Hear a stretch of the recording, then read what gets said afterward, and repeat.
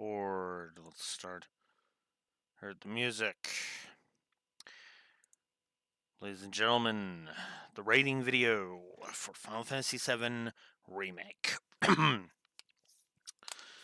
12 sessions, no cheats, plus 95. I have 2 whose story, plus 18 to gameplay. Still pisses me off that it was that I got that number wrong.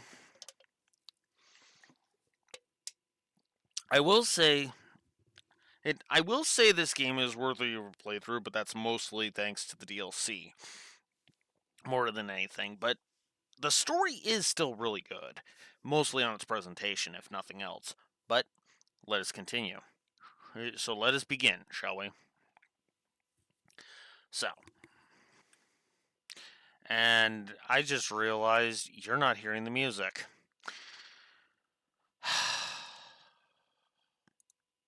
Oh yeah, great choice, Alex. Have the music ready to go, but not your,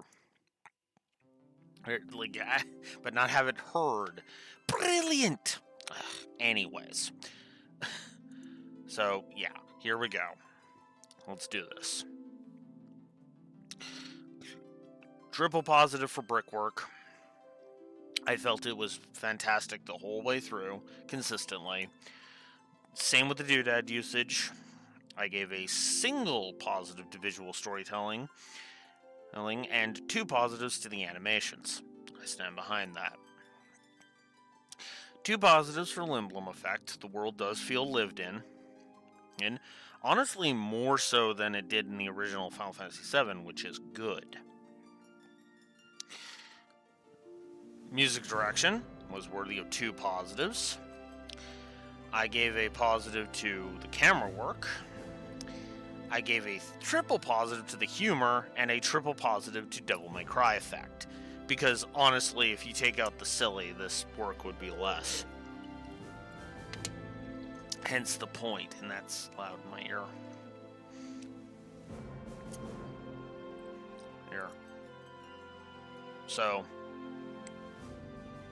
yeah, there's that. Then we have banter, which I decided to give 2 positives to. I thought the banter was alright, for the most part. Nothing too, it was good. It was really good. But it was just, I don't know, I didn't feel the banter as much as, say, Trails, as I have in Trails, for example. I gave a positive to NPC chatter, and I gave 2 positives to the world building. I gave 2 positives to gameplay story integration. I gave a positive for external continuity because, well, it's more Easter eggs than anything. It is still good callbacks to Crisis Core. I decided to go ahead and give an internal continuity positive, and I ended up giving the voice acting a triple positive. So, 33 presentation, just general presentation positives. Good. Now let's get into the characters. Cloud. Cloud's awesome in Remake. He really is. Triple positive for him because, there are, he's great with certain writing issues notwithstanding, But despite that, though, I still think Cloud works really well. And his new voice actor is actually really good, too. I just felt there were other voice actors that deserved more praise than his voice actor. Still really good. Really good. Best Cloud voice actor we have ever gotten, in my opinion. No offense to his previous one, who was also good. Barrett. Oh, man. Barrett is just lovable in Remake. And he's in over his head constantly in here as he was in the original, and his voice actor absolutely sells it, and he just keeps getting better and better the more scenes he's in, which led to a triple positive for his character. And since the voice actor helps sell it with his performance, John Eric Bentley's performance got a triple positive out of me as well. Jesse, Biggs, and Wedge all got individual positives this time because I felt like they were actually really, really good. I know some people don't like Wedge, but I actually thought they were all likable enough. My opinion. Heidegger was an interesting... in total contrast to the original FF7, he was excellent. He was an excellent villain in this time around. Because in the original, he was nothing but laughter and stupidity, whereas here it feels like he, and by extension Shinra, are ahead of the team every single step of the way. Yes, they should be, might I add. So, yeah. President Shinra, speaking of, is also very well characterized here as he was in the original, if not better, as his callousness as an evil corporate douchebag is evident and clear, and I like his dismissiveness of the party more here than in the original, because it's clear he doesn't pay Avalanche any fucking heed whatsoever. As he really shouldn't, because, Shinra's ridiculously powerful.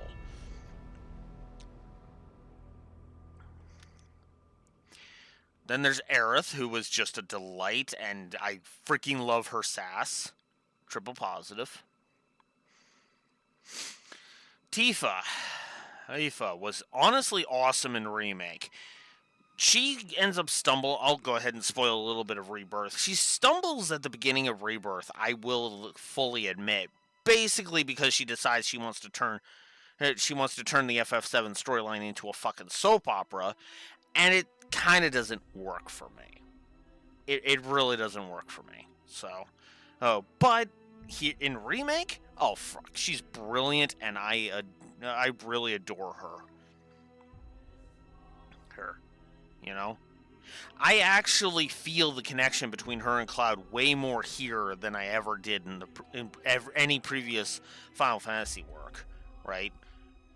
Because if you want me to buy the romance between characters, you need to kind of have a good balance point between relationship drama and character drama, right? I need to believe that these two are a couple that will eventually be a loving, meaningful relationship by the end of the story. And I'm sorry, I never bought that in any other version of the Final Fantasy VII storyline. I never bought that Cloud and Tifa were going to be a loving couple that were going to care for each other. And it also didn't help that Advent Children literally took a shotgun to its own foot, to FF7's foot, to frickin' do that. To frickin' double down on that shit. So, there you go. That's why Remake got the triple positive. Marl, that was the landlady from Sector 7. I gotta admit, I liked Marl. There was some good sass with her, and I liked it. I don't know. I kind of like sass. Usually not when it's directed at me, obviously, but yeah, give me some good sass, and I'm on board.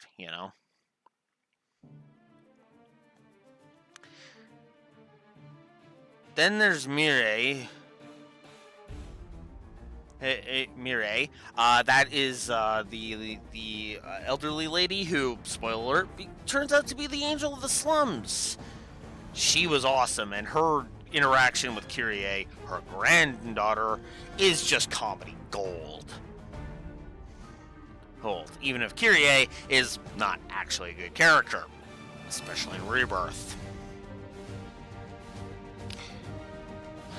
Leslie. This was the retainer guy who tries to shoo you away from Corneo's mansion in Wall Market. He was awesome and actually was a good addition to the story, in my opinion.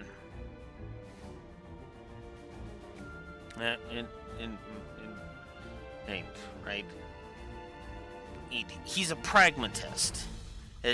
Yet you clearly see he has morals. And it works wonderfully because he's kind of caught between a rock and a hard place. The rock being his morals, and the hard place being his desire for revenge. So, there's that. Then there's Madame M, who is honestly an interesting character in how fair but firm she is. In other words, she'll boot Johnny to the fucking curb, but will actually, when we show that we're actually serious and are willing to, meet her on her terms, she comes around to helping us. Speaking of helping us, and speaking of the Trinity, I didn't give Chocobo Sam a positive, nor did I give him a negative. He was just there. He was fine. Alright. And Madame M was kind of interesting, but Andrea is where it's at. God, I loved Andrea. So, he is honestly the most memorable and fun character added in this version. And he is, now, grain of salt, he is exactly how you add LGBTQ plus representation without making it pandering. Namely, you just fucking do it. Do it. Now, I know that the LGBT community will get on my case for that because, I shouldn't be able to speak of representation. No. I can't determine the quality of representation. But you want quality of representation that and where people won't immediately call it fucking woke? This is how you do it. I know because nobody was claiming Final Fantasy VII went woke when this game came out. Notice that, right?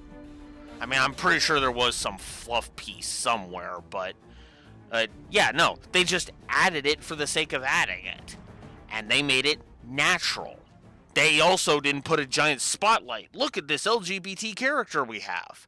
No, the character was just LGBT. He was just whatever, queer lens was on him, and away you go. Which is actually what they did in FF16 with Dion.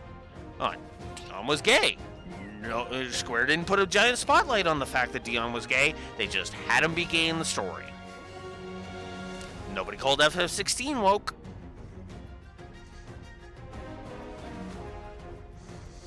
That's what I mean.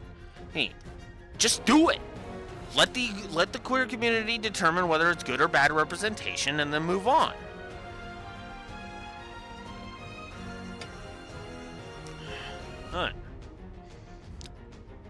Make it natural for the character and grow it organically from the themes of the work. As they do with the whole dress arc here. In the original, it felt like a gag. Here, though?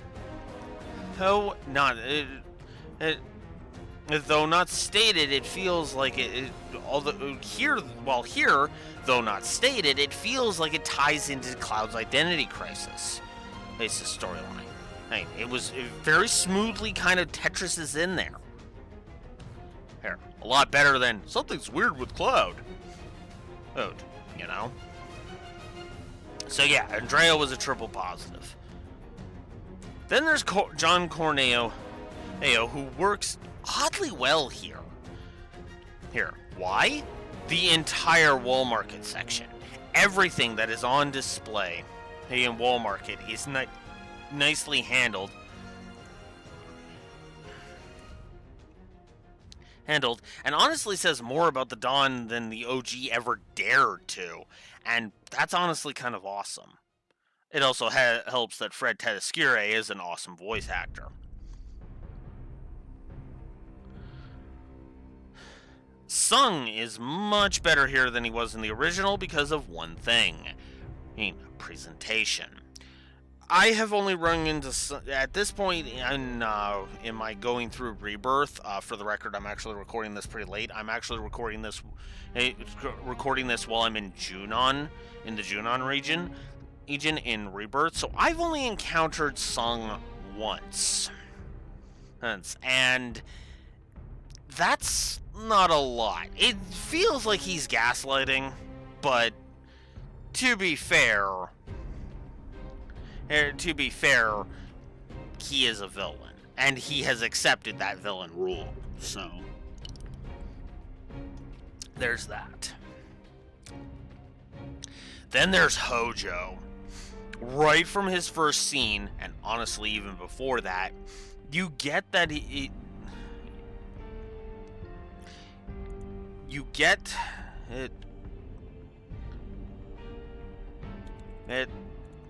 the fact that he is a depraved lunatic with how he speaks about Aerith's birth mother, Ifalna. I really like how the game makes it very clear from the get-go that he is evil as fuck, and while he doesn't he doesn't have much screen time,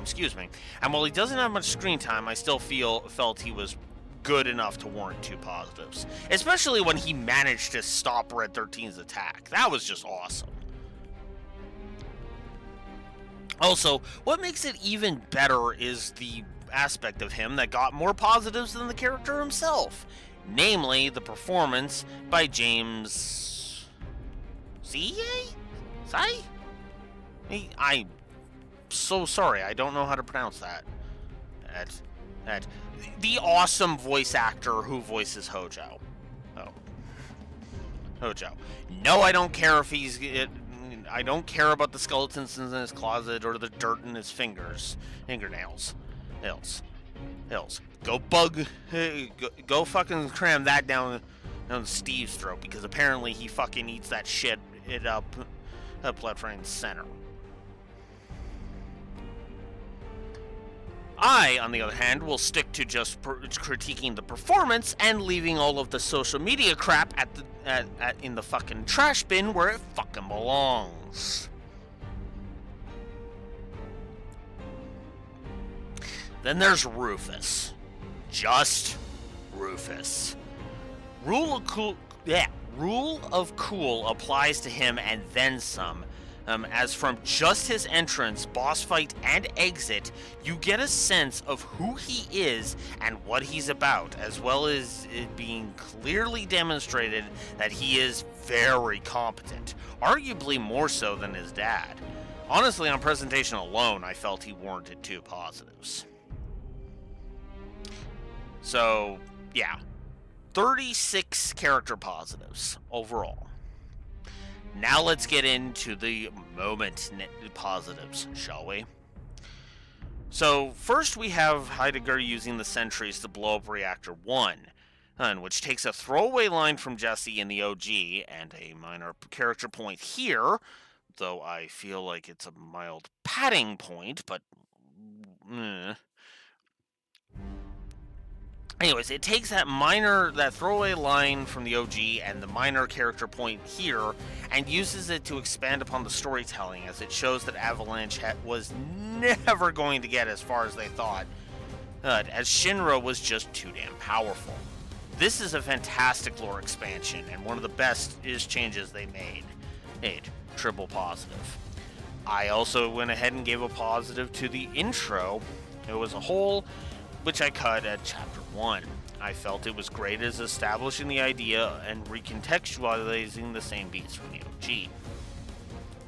I also like the little heart-to-heart between Tifa and Cloud in Chapter 3, as it helps to not only flesh out the soldier, but further show the connection between the two.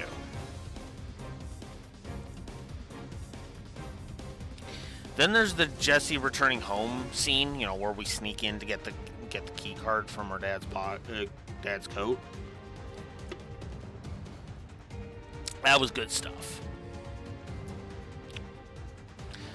While I do feel it is awkwardly placed, Cloud's flashback to his promise to Tifa is still a great scene, and I think it does tie into the current spot in the story pretty well. There are also several moments in this game that are not only completely in character for the ones involved, but are just damn funny to boot. The first, of course, being Barrett Barrett trying to mug to the camera. Barrett, what are you doing? I mean, you could have put me on TV. I'm going to drop some truth. Ugh. 1000 Gil says they muted the audio. That was awesome. Loved that. And the fact that it's something Shinra would totally do, just makes it better.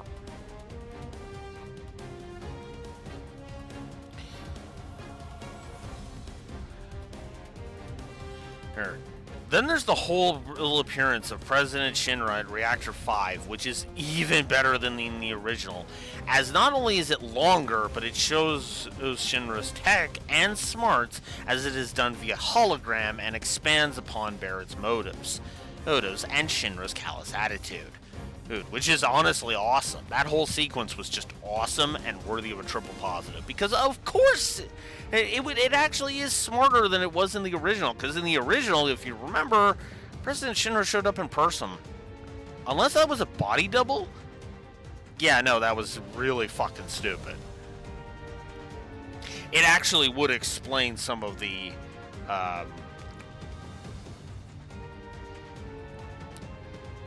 wonkiness of it, since, you know, technically he would be reading from a script, effectively. But anyways. Then Aerith decides... then Aerith gives a line that...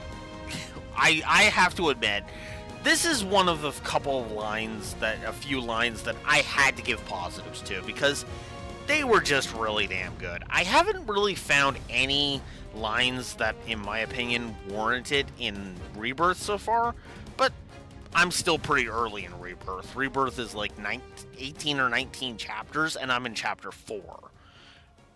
So, we'll see. I mean, after all, it did take until, like, what was this, chapter 5 or 6? I'm not some princess that needs to be coddled. Ladder breaks. Shit! Love that bit! Then in Wall Market, you have Aerith requesting permission to kill. Actually, I think that was in chapter 7 or 8. 8, now that I'm thinking about it. So yeah, Cloud requesting permission to kill. Ugh. Against Leslie. Oh god, I love Aerith's sass in this version. Then there's the Madam M encounter, which is honestly excellent and really shows off that she may be stern, but she is also fair. I gave 2 positives to the reveal of Aerith's dress, especially if it's the red one, and that you get by doing all the quests in Chapter 8. Is it really looks awesome on her, and Cloud being gobsmacked is just... love it. I wasn't going to before, but yeah, I decided to give it a double. I was only going to give it 1 initially, but then as I was typing it out, I was like, no, this deserves 2. What the hell am I doing? Then there's the dance scene. Oh man, that was just freaking beautiful. Beautiful. Cloud allowing himself to let loose after his hesitance, Aerith's encouragement from the audience, and Andrea commenting on your performance, because it's a mini-game. As well as his encouragement at the start, result in one of my favorite scenes in all of FF7 related material. Period. This is one of my favorite scenes in anything involving FF7 ever. Triple positive. Speaking of triple positives, the reveal of Cloud's dress is sold by the directing, the music, Aerith's reaction, and Andrea's lying about beauty coming from within and being something where the notions of gender do not apply. Love it. Great stuff. If a man can be just as beautiful as a woman. Awesome. Great sentiment. Beauty, after all, is in the eye of the beholder. Speaking of Cloud's dress, is his line when they encounter Tifa. Tifa got a triple positive out of me. Nailed it, I know, thank you. Moving on. God, I love that. It's my favorite line of the whole game. It cracks me up every single time. I wonder if there's going to be a line like that at some point in Rebirth. Then there's Tifa and Aerith versus Corneo's lackeys. I mean, honestly, enough said. The chair. Bonk! God.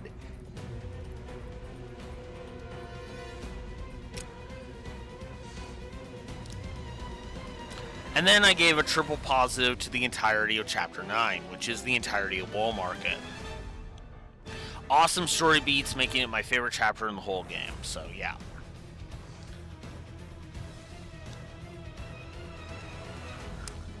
A lot of the expansion or changes to the story have been very hit or miss, but when Aerith finally gets to 7th Heaven to save Marlene, that is a nice and wholesome scene. I just wish it didn't take you forever and 9 billion years because the game is so fucking railroaded. Then there's Jesse's death, which, despite some of the crap I'll be complaining about in the negatives, it does hit in all the right ways. Then there's the aftermath, the immediate aftermath of Sector 7's collapse, which Barrett's VII sells the hell out of Barrett's grief in that scene. I mean, the strength of the performance itself was enough to warrant the triple positive, in my opinion. Then, despite the questionable nature of the destruction itself, the aftermath itself got a triple positive. So you had Barrett's grief, which was a triple positive, and then you had the aftermath itself, which was sold by Barrett's grief, and the interesting change of having Cloud assure Barrett that Marlene is fine. Combine that with the hauntingly beautiful music, which is not this action music you're hearing, but combine that with the hauntingly beautiful music from that scene. Oh, hell yeah. Triple positive. I gave a positive to Elmira's flashback, which was honestly, once again, sold by the voice acting of both Aerith and Elmira's voice actors. Then there's Barrett's farewell to Marlene, which was touching and damn heartfelt. And then the option to climb the stairs. So then you get to the infiltrating Shinra. The option to climb the stairs is awesome, thanks to the banter from the party.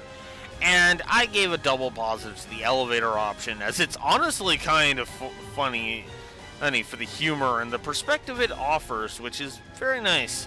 And combine that with banter, and well, there you go. 2 positives there. Then there's the museum room with the gaudiest fuck statue of President Shinra, which says everything it needs to about him and his arrogance, so that was good. Then there's the exhibit that Palmer, Hojo, and Ryu speak recorded messages in, which is great and gives a peek at each of their characters nicely, especially Hojo. I really enjoy the Shinra propaganda presentation about the Ancients. It completely shows off just how arrogant and full of themselves Shinra truly are. And then Sephiroth hijacks it to lob spoilers at us, but we won't hold that against the presentation. Then Hojo's introduction scene is just plain gold, as it shows off his character brilliantly. This is when he's trying to encourage Aerith to talk to him just before the meeting. Speaking of which, the board meeting, despite Palmer's unneeded panicking about Sephiroth, which just, yeah, that was just like, okay, shut up, Palmer, already, Palmer, ugh. It's a very nice update to the original scene, and even briefly hints at Crisis Core nicely, so, there you go. Then I gave a positive to Chapter 16, as it was a wonderfully awesome chapter that really highlights how involved the infiltration of Shinra Tower really is. Then there's Aerith's reaction to the door almost falling on Cloud and Barrett, and the drum, which is just priceless. Because she pushes open this door, it falls off its hinges, almost smushes Cloud and Barrett, and she just pokes her head out and says, "Oh, hey guys." That was just awesome. I gave a specific gameplay story integration positive to Chapter 17. And then there was a confrontation with President Shinra himself. It fully shows off how damn evil and callous he truly is, and shows how much Barrett's struggles are more difficult than he can than he can imagine, as Shinra is so ingrained in the planet's social and economical infrastructure that one would have to basically become a villain to topple them.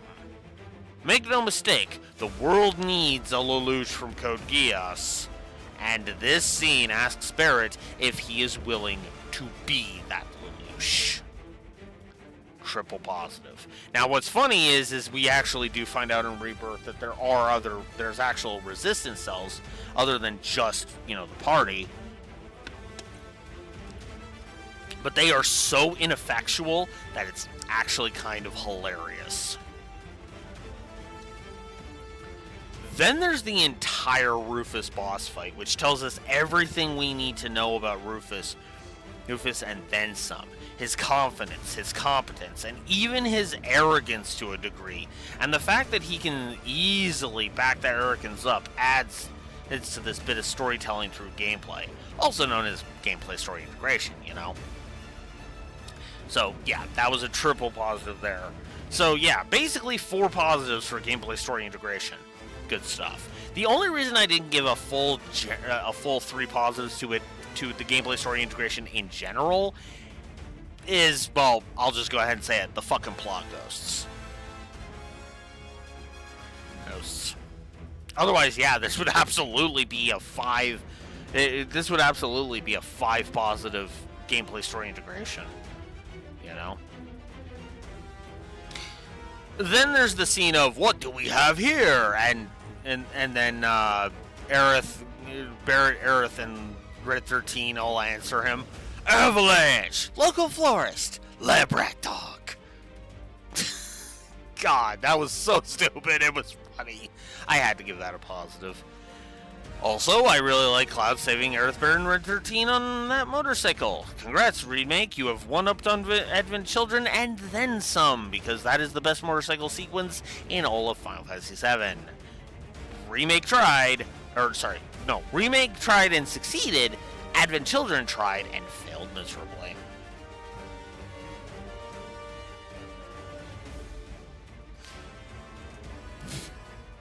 Then there's the entire storyline in Shinra Tower, which is just gold and really does feel like the slog and irritation to get to it. It is worth it. So triple positive there. So yeah, the main game finished up with 130 story positives. Now we go into the DLC, known as the intermission chapter. Specifically for the Yuffie DLC, triple positive to humor. Triple positive to the banter. I felt the banter was actually way better in the DLC than in the main game, because it actually demonstrated both the characters of Yuffie and Sinon much better. I also gave a positive to Yuffie, because this time around, yeah, she was actually kind of awesome. Then there's Sonon. Did I really spell it different ways? Shit. It is supposed to be Sonon, by the way. Hey. But yeah, speaking of, Sonon is awesome in how level-headed he is. Okay, why did you give me the combined word if that wasn't even a word? God damn it, Microsoft Word. Stop being drunk. Anyways. Sonon is honestly awesome and how level-headed he is, and then he mentioned that Barrett's crew is who he and Yuffie should have teamed up with, which was just the cherry on top, up to cement the positive. Combine that with the fact that his level-headedness hides a raging anger against Shinra in general and Scarlet in particular, and you have a well-rounded and three-dimensional character. So that ended up earning him a triple positive.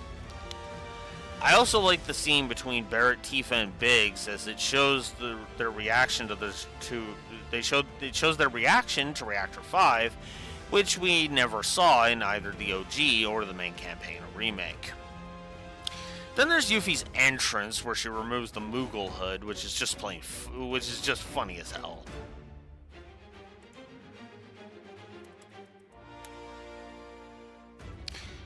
I also adore the elevator scene with Scarlet. Scarlet's goading. Yuffie and Sinon's anger, and the fact that Scarlet played them just ended up earning that scene 2 positives. And then at first glance, you might think Sonon's death is a bit much, but I like that it is thematically appropriate, and even if this isn't his actual death, there's enough there that it won't feel like a cop-out if he is actually alive. Unlike, say, I don't know. Biggs and Wedge. Anywho. And then I also had to give a positive to Yuffie witnessing the final moment of Sector 7 right after Sonon's fate. Oh, that was wonderfully tragic and really sets up things nicely for her role in Rebirth. Whether Rebirth can stick the landing on that remains to be seen. I have literally only gotten one scene with her so far, and it's been questionable at best. I also had to give a positive to Yuffie's blood-curdling scream of anguish. Like I say in the document, honestly, enough fucking said. 147 positives altogether. Now let's get into the negatives. Triple negative for the padding, because the padding was really bad in this one. Like, oh god, the padding was bad. Oof. The pacing was also god-awful, as this takes what feels like a 20-hour RPG and stretches it to, did I really say 49 to 60 hours? 40 to 60 hours. Either way, either number you go with, it still warrants a triple negative. Then there's cutscene incompetence, which is just all over the goddamn place to the tune of a triple negative. I ended up hating the plot ghosts so fucking much, they got a triple negative out of me. Because they're completely inconsistent. Like, it feels like they're about to stop you. It feels like they're about to stop you from altering the story, but then they they delay you from getting on with something that happened in the original. So, no, fuck them. It's inconsistent. You didn't need the plot ghosts, period. At all. You want to make changes, just make the fucking changes. Honestly, you take the plot ghosts out of this thing, and a lot of the changes are at least only mildly irritating. And I mean that sincerely. Like, get rid of those fucking plot ghosts. Which also leads to fake drama all over the goddamn place. Which includes Jessie having to get injured, so she has to sit out the trip to Reactor 5. And the whole sequence in Chapter 10 where Tifa does nothing but whine during it, Corneo's gotta be lying, right? I'm sorry, but fuck off. They literally slam on the fucking brakes to have Tifa say out loud in a freaking cutscene asking if Corneo is lying, instead of just making it the banter that has the text on the side. Which, that kind of shit would be fine if that's what it was. The banter as you're moving through the environment. But no, they had to slam on the fucking brakes for Tifa to whine. Fuck off. I'm not even one of the biggest Tifa fans, and that's a big fuck off.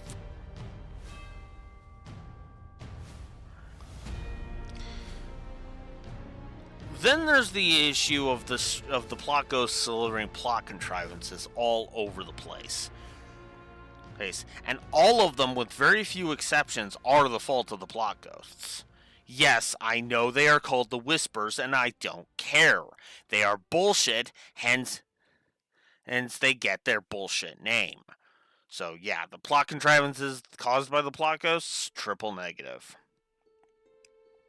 Then there's the plot being fucked in the ass by the plot ghosts via them being there to make sure the plot stays on course, except the writers didn't need them, and in general, they are just a waste of money. If they were a result of Sephiroth mucking with time or whatever, that'd be one thing, but they are not, and as such, they're just a freaking headache. Triple negative. And that's one change you make to the Whispers, and then suddenly all of that goes away, you know? Oh, Sephiroth's causing the plot ghosts. Oh, okay. Then there's audio balancing issues with dialogue being inaudible because of this or that. And yeah, that's 22 presentation negatives. Now let's get into the characters, which I think there are only like 3. Possibly a couple more, but we'll see. Okay, so Sephiroth. Sephiroth is not a character that should have appeared as often in this game as he does. Which is not helped by the fact that there are technically 2 Sephiroths running around, and that is just terrible. The issue here is very simple. Overexposure. Sephi is constantly shoved down our throats in this one, and it has that is and it was a major misstep in my opinion. Okay, so only 3. Then there's Johnny. Okay, so in the original, Johnny was completely useless. He was literally a side character that I think you could interact with and talk to a couple of times, but otherwise, if you didn't know he was in the original, that's fine. He wasn't important enough to really warrant you knowing who he was. But in Remake, they do shove him down your throat, and it really feels like Square's localizers had something out for Yuri Lowenthal back in the late 2010s because, yeah, they gave one of the most ineffectual and, frankly, idiotic characters to Yuri Lowenthal, of all people. Honestly, I feel that's worse than if he was just a random background character, which is funny because his wife, Tara Platt, is actually in here as you can hear her as one of the background characters. She's even basically doing the Edelgard voice too, for it, which is kind of, Anyways, then there's Roche, as clearly he was meant to be an expansion of Soldier, which the story really could use, but what we get instead is an honest to Mako rival for. But what we get instead of an honest to Mako rival for Cloud is an arrogant asshole who pads out the runtime like no other FF7 ever has. No, not even Genesis and Angeal. Genesis and Angeal at least were trying to be the whole point of the main plot of Crisis Core, because otherwise that would just be a really damn short game. It would just be a couple of missions before the Nibelheim incident, then the Nibelheim incident, and then that's the end of the game. Hey, they actually wanted to kind of flesh out FF7's world, therefore Angeal and Genesis and Hollander were, crafted for Crisis Core. Your mileage may vary on whether or not it was a good thing, but at the very least, they weren't just blatantly there to pad out the runtime,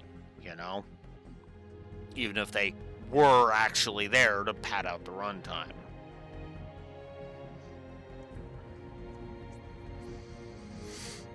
So, there's your 3 character negatives. Then, now we get into the moment negatives. So, the entire encounter with Sephiroth in Chapter 2 just does not work, and honestly generates some plot holes, such as Cloud remembering killing Sephiroth when he's not supposed to.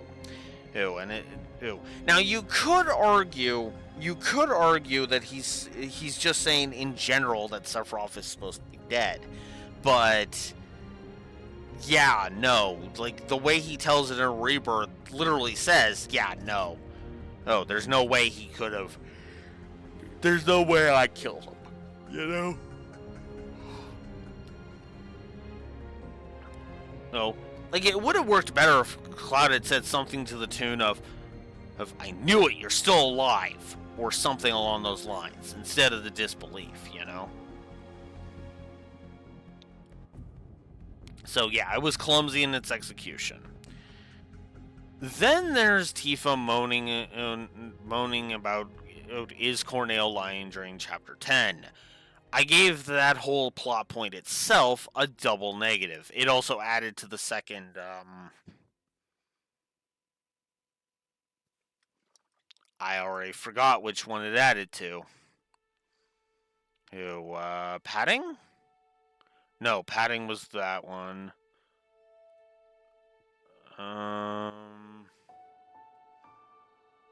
Fake drama. It added to the fake drama. So there you go. So yeah, this was another double negative that I gave because it's not worth it in my opinion, as all it does is pad out the runtime. If this is why you split the remake into 3 parts, Square, then it wasn't fucking worth it. So yeah, 2 negatives there.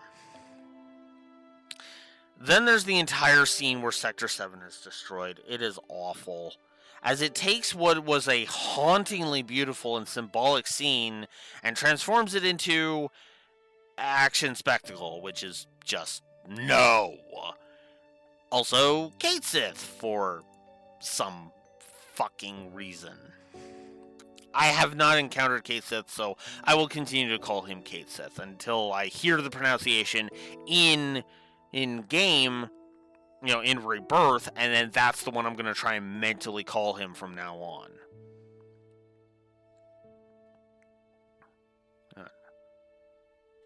Well, it'll be hard because duh, but yeah.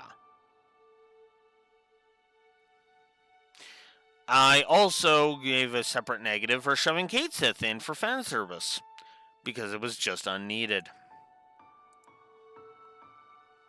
Then Chapter 12 for me is just, story-wise, it is the absolute worst chapter in the game. Hands fucking down. It's overly long, it has the same stop-and-go pacing that plagues the rest of the game, and it is just underwhelming as fuck. So yeah, that was a triple negative. Okay, let's get into this now. So, Biggs and Wedge survived, some fucking how survived the destruction of Sector 7.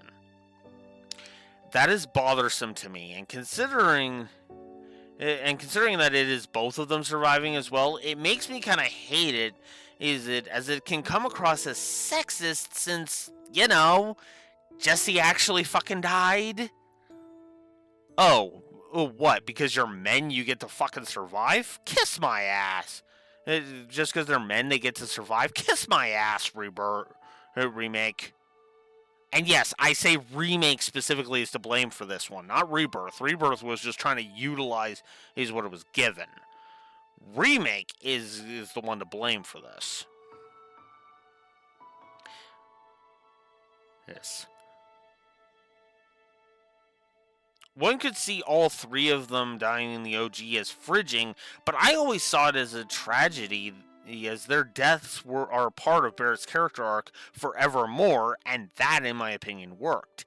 This just feels like a cop-out, and as I was typing it out, the more I was just like, yeah, no, triple negative for that garbage. Speaking of death, there's Barrett's death and resurrection via Sephiroth and Plot Ghosts, respectfully. And it is awful. Not only is it fake drama, not even Square are stupid enough to kill Barrett like that.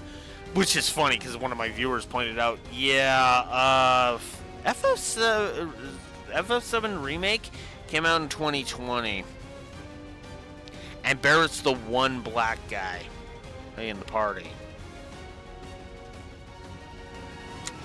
But no, it's Barrett's popularity that, in my opinion, they were not going to kill off a popular character like that, especially not before the dying stuff. Killing him in the dying scene would be one thing, but killing him well before we ever even get there? Hell no. No. Honestly, it just comes across So not only is it fake drama, but it just comes out of nowhere and does nothing but waste more time. I mean, which the game has already wasted several hours by this point. So yeah, that was a triple negative. Then there's the whole Crossroads of Fate thing, which was just, no, get that the hell out of here. Then there's the Whisperer Arbiter, which sucks from a story perspective because of one simple thing: spoilers. At best, it's a mindfuck if you've never played the OG, which just leaves you confused, and if you have played the OG like me and millions of others, it leaves you face-palming. So yeah, triple negative for that. Then there's Sephiroth being the final boss, which feels off on every level.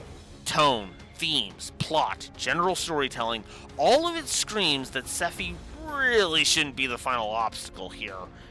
At most, he should have been sequel bait, hinting that Rebirth wasn't going to be as cut and dry as we think.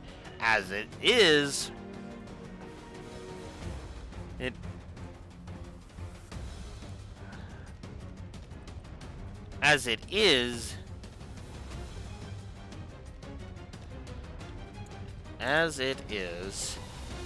it is just annoying. And just continues the trend of overusing Sephiroth, despite his lack of presence, if I'm honest. Then there's the scene where we show Zack somehow surviving, which makes no sense and is just mindfucky. Difference here is both people who have played the OG and or Crisis Core, and those that haven't are tilting their heads wondering, what the actual fuck? But for different reasons. Then there's the ending, which is not very good and just leaves me empty. There is possibility, but Square will chicken out of it from what I know of Rebirth. You know, because this was supposed to be the unknown journey, and yet it keeps repeating the same fucking plot points over and over and over again, with very minor variations. Were you trying to do a remake or were you trying to do a sequel? You can't have it both ways, Square. Fuck. Then there's the outro in general, which feels incomplete at best. And with the Zack stuff, it makes the whole thing convoluted and irritating. So triple negative there. Then the DLC got one and only one negative to story, and that was the banter with Neo, or whatever the fuck dumb bitch's name was. However the fuck you say dumb bitch's name, saying that Barrett's team are out to blow Midgar up, which just angers me something fierce. She basically says that they are antagonizing Shinra too much, that they're rocking the boat too much. That's right, destroying Shinra is not going to save the world. And that would be an understandable statement, right? There's more than one corporation that is out to destroy the world, right? Except here's the problem. This is the FF7 world, not the real world. In the real world, yeah, destroying one company isn't going to do shit. It, in fact, if anything, would make things worse. Arguably. I don't want to get into semantics about that, but it's very true. Toppling one company isn't going to do anything productive for the entire planet. It's not. At all. Even if you took out the biggest corporation in the entire world, right? But here's the problem. Shinra are actively killing the planet, and they are not just a company. They are the company. They run the entire fucking world. They're the Nazis. Fight the fucking Nazis, you cowardly dipshit. Hit. Like, seriously, wake the fuck up, cunt. Like, are you fucking kidding me? I hope she got switched. She got fucking and squished by Sector 7. I know that sounds horrible, but it's like, no. No. Get that useless character out of this fucking narrative. 52 negatives overall. Now let's get into the positives, which did end the gameplay now, which did end net positive. So let's get into the positives. So, the music. I decided to give 2 positives to the music in general, because it was kind of good. Even if some of the original music here is kind of meh at best. But there are some exceptions to that.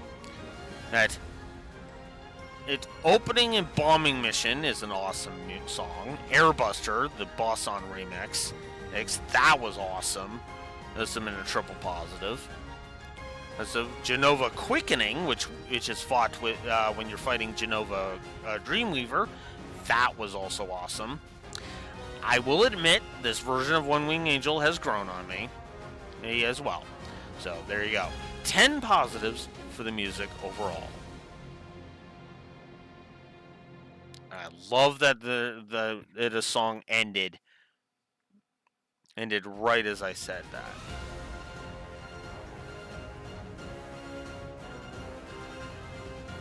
The breakthrough of Let the Battles Begin. And this one is a close call, which is only 45 seconds. That's kind of funny, actually. Anyways, good Yoshi drums.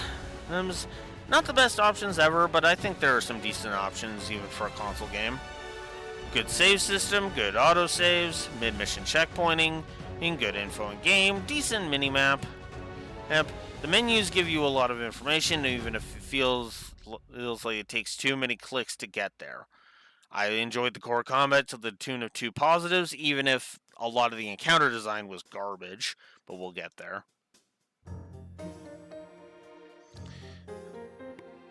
But the core combat was also helped by the varied playstyles of the different characters. Party variety is what I like to call that. So Cloud was kind of funny, and he has his swings feel as heavy as they should, and that's awesome. I like Barrett as a long-range fighter, which actually continues in Rebirth, which is awesome. Then in Tifa was also the best character to play as in the entire game.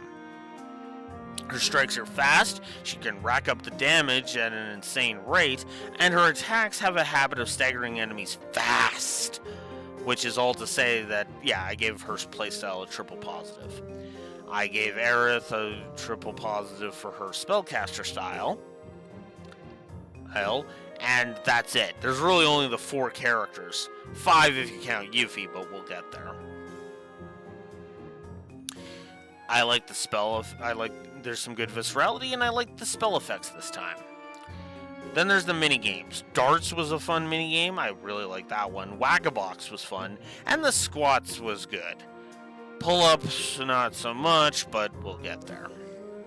Then there's the summon fights, which are just fun and to go through. Shiva in particular, for me, was a triple positive. And then I gave this combat simulator in Shinra Tower a triple positive. I also gave this combat and summon animations a positive each, and the gameplay story integration a double positive. I enjoy how upgrading weapons works in this one, and with the SP being given to every weapon with separate pools of SP, so that's really good. There's also some excellent kit, some good itemization, excellent. I like the HUD, I like the visual distinction. So there you go. 52 presentation positives overall. Really good. Then you have the Scorpion Sentinel, which is a fun little starting boss. I really like the bike combat right up until Roche shows up. And then in total contrast as to the bike fight with him, the ground fight with Roche was actually kind of fun. Then there's Airbuster. At first, his attacks are irritating, but the more I thought about it, the more well-designed the fight was. His attacks are varied, he's fair for the most part, especially if you dump the AI cores, and it's pretty damn fun to fight, helped by his boss song and being my favorite in the whole game, so triple positive there. Then there's the Dancing with Andrea minigame, which is mostly forgiving and is honestly downright fun when you get into the swing of it.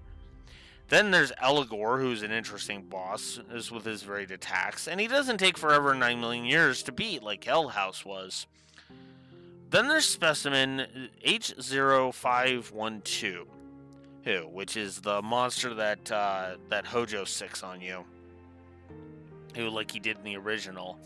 It's a fun fight and doesn't feel cheap. His OG counterpart was harder, if you ask me. Then there's the dungeon, the Drum, which is the best dungeon in the game, no contest. Yes, it's linear, and that's the point, as it is literally Hojo leading you along by the nose in story as well as in gameplay, and honestly, for me, that's awesome. Combine that with the fact that several of the encounters are actually fun to fight, and yeah, triple positive. Which also leads to a plus to gameplay for the gameplay story integration for Chapter 17 itself. Then there's Rufus, who is my pick for the best boss in the game, no contest. His attacks are varied, he fights fair, and there are layers to the fight with multiple phases. While fighting him in the OG was just kind of meh, fighting him here felt like I was fighting Dante from Devil May Cry. And that's a huge compliment coming from me. He earning this damn fun, damn awesome, and playing damn cool boss fight, a triple positive. And a triple positive for Rufus's character being on full display during his fight, which I felt in gameplay terms warranted a triple positive for gameplay story integration. It enhanced my enjoyment of the gameplay more so than it did the story in that respect.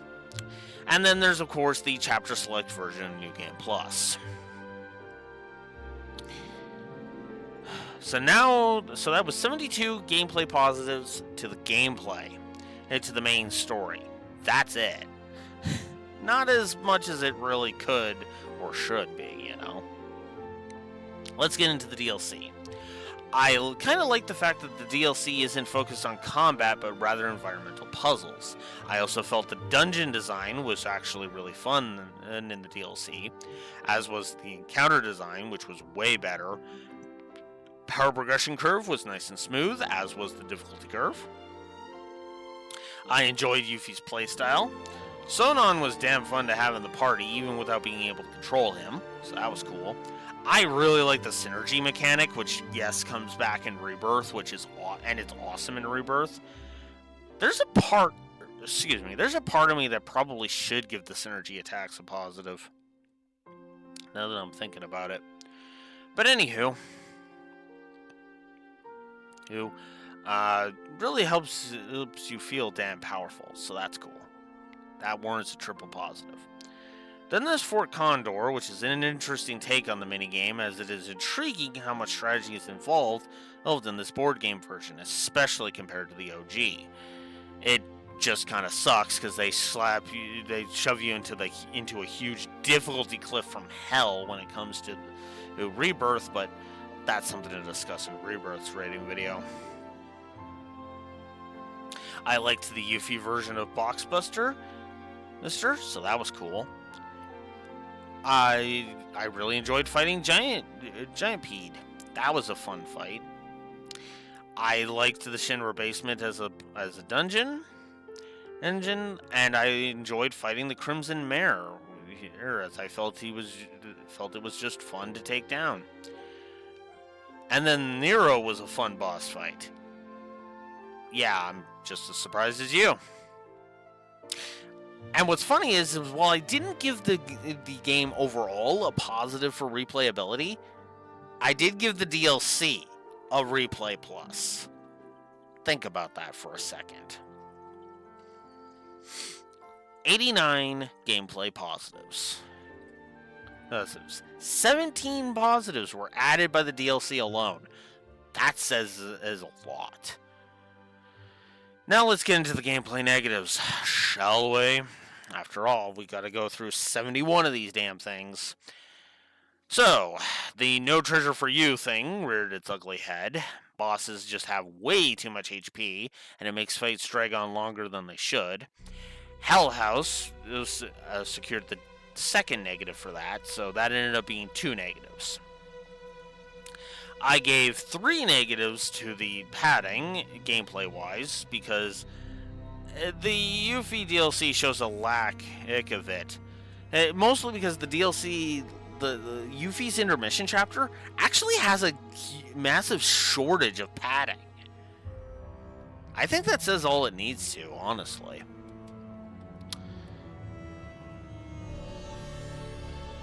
The pacing, gameplay-wise, was also atrocious. And again, the DLC highlighted what good pacing is, so yeah, it kind of put the main campaign into contrast. Speaking of the main campaign, in which the dungeon design is pretty bad. The problem comes from one simple problem. They are huge. True, this is to emphasize Midgar's overall size, but that was done way better in the OG with the use of backgrounds, so as not to waste the player's time.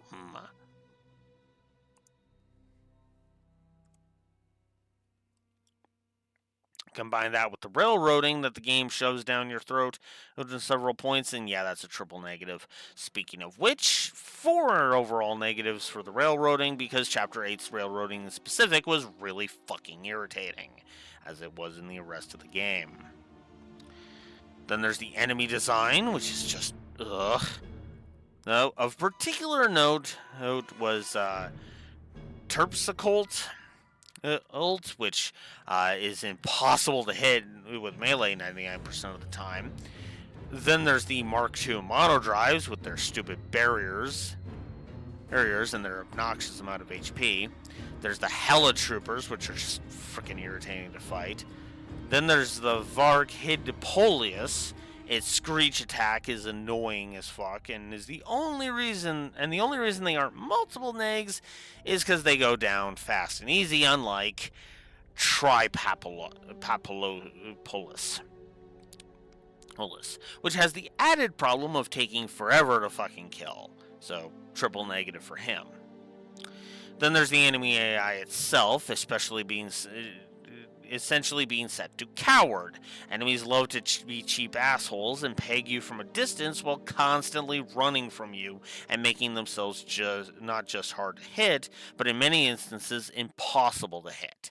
Aerial enemies are the biggest example of this. It's basically use Barrett's gun arm or magic, the latter which you cannot spam by the way, or get fucked. This happens in the Junon area of Rebirth as well, but to a much lesser extent. Because most of the trash mobs you can ignore, and on top of that, there's only a couple of times where a couple of fights I needed Barrett. I felt I needed Barrett in the party, and even then, one that I thought I needed him in the party for, I didn't actually need him in the party for. Go figure.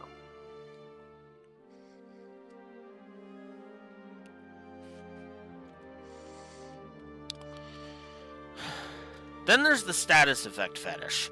Okay, here it will require an explanation. See, the first 5 chapters are practically devoid of status effects, save for a few enemies. But Chapter 6 has multiple trash mobs that love spamming you with statuses such as poison and sleep, and that is just damn annoying to deal with. Of particular irritation are stun, which got its own negative, frog, which got its own negative. Then there's the game's habit of stun locking you, which can delay / cancel your attacks, / spells, and having an obnoxious amount of knockback, which does the exact same thing. Which is also not helped by dodging being way too biased against you, which leads to far too many "I dodged that, you fucking game" moments, because the game is trying too hard to be realistic, aka not fun. I've said it before and I'll say it a million times over. Realism should never be shoved that hard into fantasy. Use some sprinklings of real life to temper your ground your work, not turn escapism fantasy into a realistic drama. Okay? Hey, Raymond Reddington shouldn't be dodging bullets like he's in the fucking Matrix, but Neo should be dodging bullets in the Matrix. If you understand the distinction. Not helped by the camera being drunk in combat a lot, as well as being annoying on the field at times. Then there's the field controls, which seem floaty and makes trying to get those button prompts to progress as more of a hassle than they really should be. Hey, there are way too many enemies that recover from stagger way too fast as well. The menus also feel clunky to me. Not only feel clunky to me, but lack several bits of info in things like the bestiary, and that is downright awful. Trying to heal is more finicky and takes way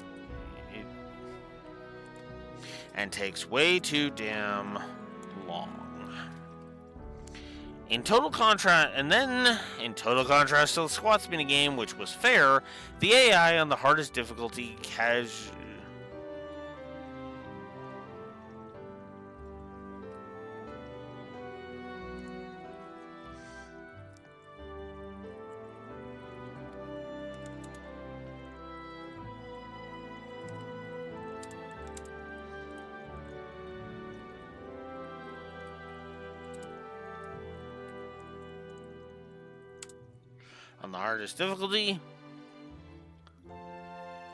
difficulty casually cheats, and on top of that, the timing is much more finicky than in squats.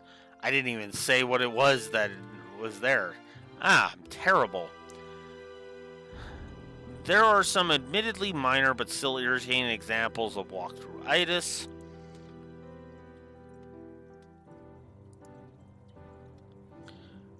Should you want to 100% this game.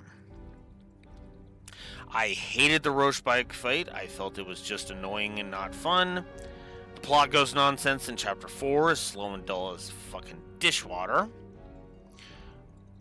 Kromogger from Chapter 8 can fuck right off. Way too much HP. Stun and silence is spammed constantly,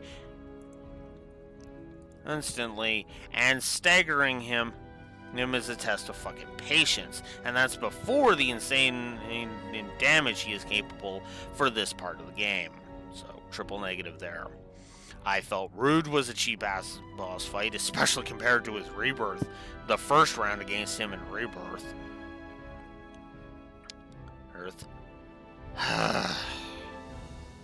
And then there's Hell House. So, in my opinion, Hell House is the worst boss in the entire game, if not the whole series. 32,000 HP. Constant barriers that make your attacks do minuscule damage. Like most of the time, like a max of like 12 damage.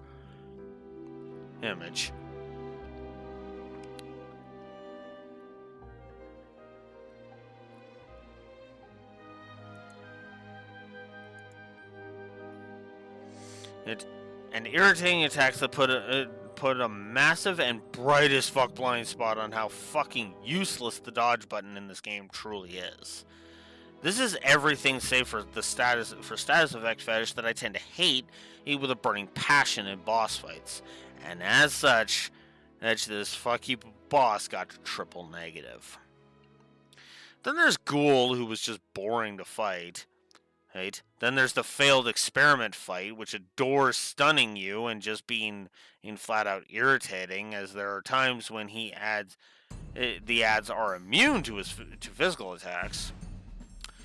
Then there's Chapter 15, which, in my opinion, gameplay-wise, is the worst chapter. Constant cowardly enemies, irritating navigation, and a skybox that just does not look good at all, whether because of the JPEG nature of it, or the constant glare trying to hide said JPEG nature. So, triple negative there.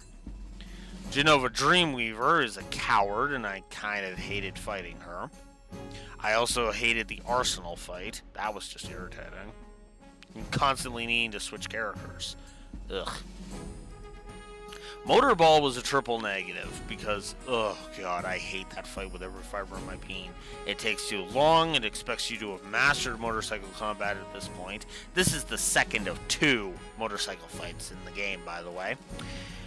Hey, he has way too much HP and is just not fun to deal with. Yes. 3 negatives. It is easily the second, ironically, worst boss in the entire game. And would be the worst if Hell House wasn't such a badly designed fuckfest.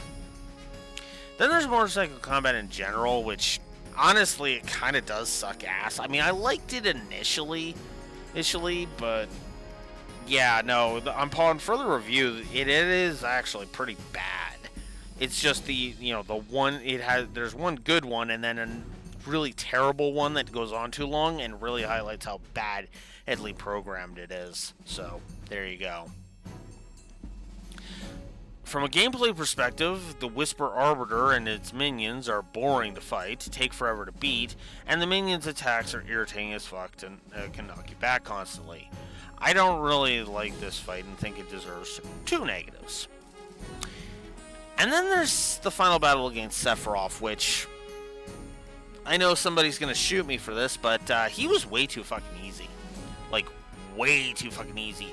I described this on the stream, but honestly, I think he would have worked better if he had been the super optional, you know? If he had been a super optional, I think it would have worked a lot better. Which, by extension, would mean he would have to be harder.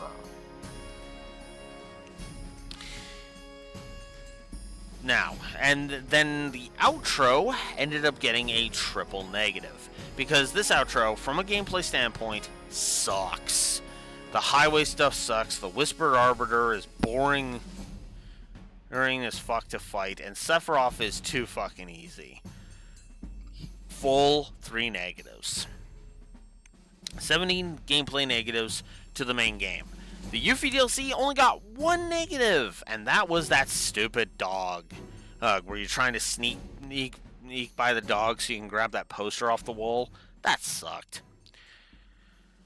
Binary fail state, easy as fuck to screw up, and is just downright annoying to deal with. And don't even get me started on the gameplay segregation that it causes. So, there you go.